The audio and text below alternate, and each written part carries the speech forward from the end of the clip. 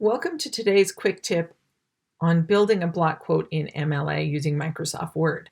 Most of the time in a 3-page paper, you would not use a block quote. So a block quote is any direct quote that's more than 4 lines. And then there's certain ways that you format it. Most of your shorter papers, you should be integrating your quotes into the sentences and not just dropping a whole big block quote in there. But if you're analyzing literature or you have a really evocative quote that you need to talk about for an analysis, then you would use a block quote, and I'll show you how that looks. So I'm using for an example Martin Luther King Jr.'s letter from Birmingham jail. 2 things I want to show you.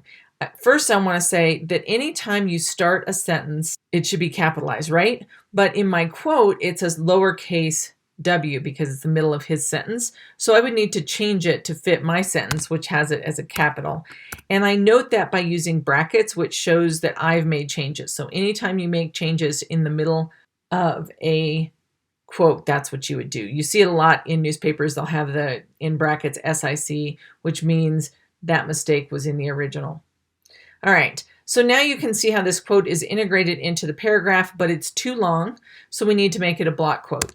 So we're going to separate it out into its own paragraph, and then keep in mind that the rest of your paragraph should be all the way over to the left margin, so you want to get rid of that first line indent, and you want to do that here as well.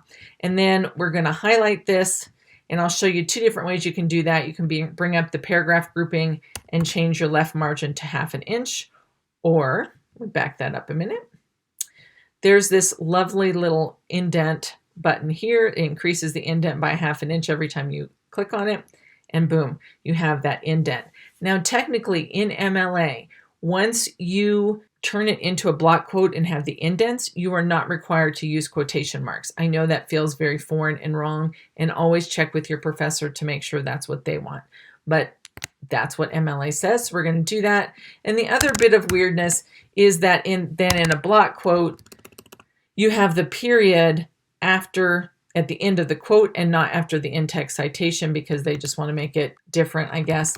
And then because this doesn't have a colon, but this is a whole new sentence of its own, King's name has to be in the in-text citation, and then you would finish your paragraph all the way over to the left margin. That's today's quick tip.